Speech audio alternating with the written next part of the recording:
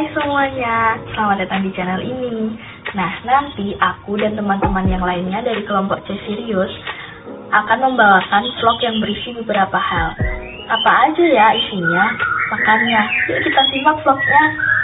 Karya ini dipersembahkan untuk kita semua, yaitu warga negara Indonesia untuk menjunjung tinggi persatuan. Kelompok C Serius. Halo, perkenalkan aku Gabriela Jasmine Desina dari SMP Regina Pacis, Surakarta. Halo, aku Evangelia Puspaagana Dasaguna dari SMP Regina Pacis, Surakarta. Saya Cervina Redoranita dari SMP Regina Pacis, Surakarta. Dan saya Vanessa Halim dari SMP Regina Pacis, Surakarta. Opo no layanan kerja bakti? Bener, uga kabeh warga desa. Ngopo kita kudu melu kerja bakti? Supaya lingkungan dijaga, lan manunggal, lan integritas dijaga. Nah, pembicaraan yang kami lakukan tadi berisikan tentang kerja bakti. Nah, kerja bakti dilakukan untuk menjaga persatuan dan kesatuan, kesehatan, serta kebersihan lingkungan. Percakapan yang kita lakukan merupakan salah satu contoh dari suatu dialog. Dialog berasal dari bahasa Yunani, dia dan logos, yaitu cara manusia dalam menggunakan kata. Secara istilah, dialog adalah percakapan timbal balik antara dua orang atau lebih dalam percakapan maupun karya tulis. Dalam istilah lain, dialog adalah suatu kegiatan literatur dan teatrikal yang terdiri antara dua tokoh atau lebih. Sejarah dialog berasal dari narasi, filosofi, atau lambang dedikasi yang ditemukan di literatur Yunani kuno dan juga India, khususnya pada seni kuno yaitu retorika. Nah, jadi itu pengertian dialog. Jerry, aku mau tanya, persatuan dan kesatuan itu seperti apa yang kamu bilang tadi? Kalau itu kurang paham, Jel. Coba dijelasin Vanessa aja. Warga negara Indonesia harus selalu menjaga persatuan dan kesatuan. Namun, apa itu persatuan dan kesatuan dan bagaimana cara menjaganya? Mari kita simak.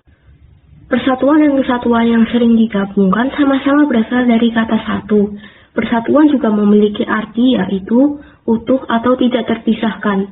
Pancasila ketiga menjelaskan betapa pentingnya menjunjung tinggi persatuan dan kesatuan. Persatuan dan kesatuan adalah hal yang mengantarkan Indonesia kemerdekaan. Maka persatuan dan kesatuan harus selalu dijaga.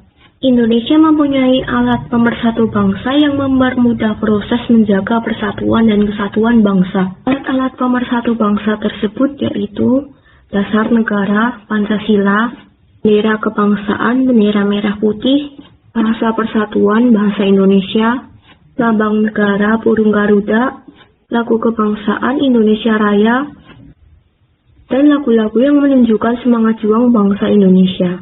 Dengan lagu ini kita akan merasa mempunyai kesamaan dan rasa saling memiliki. Namun menjaga persatuan dan kesatuan tidak hanya dengan alat pemersatu itu.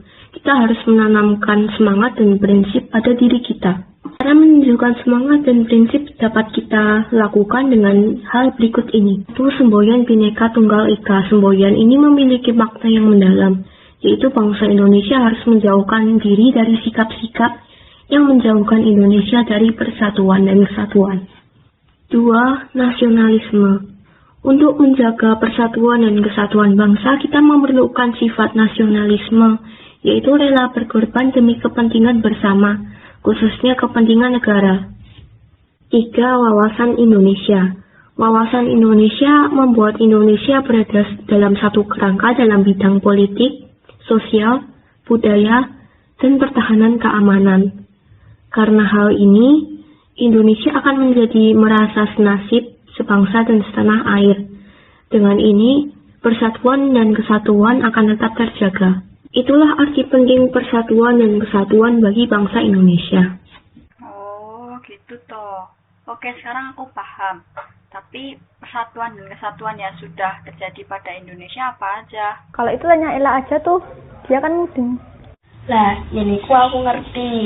Kondisi setelah 75 tahun setelah Indonesia merdeka, angka kemiskinan masih tinggi. Dan juga 27 jutaan rakyat di bawah garis kemiskinan. Ini sebelum krisis pandemi COVID-19. Ia mengatakan, Suatu kemungkinan kapitalisme korporasi dan negara pembawa investasi di Indonesia sekarang akan berlangsung lama seperti zaman kolonialisme Nusantara. Kepemilikan saham rakyat terhadap ratusan korporasi terbesar di Indonesia adalah wujud mimpi perjuangan para pahlawan bangsa Indonesia. Para pejuang kala itu mengerti dan sadar tidak ingin bangsa Indonesia hidup di bawah kapitalisme Belanda yang ingin kembali ke Indonesia. Itulah arti kesetaraan ekonomi, sehingga kedaulatan ekonomi di Indonesia sepenuhnya berada di tangan rakyat semesta, serta kehidupan harmonis dengan bangsa-bangsa lain yang menjalankan bisnis di Indonesia. Oke, sekarang aku paham. Sekarang aku mau membangun persatuan dan kesatuan dulu. Dadah! Indonesia sudah berjuang keras dalam berbagai bidang untuk mempersatukan Indonesia.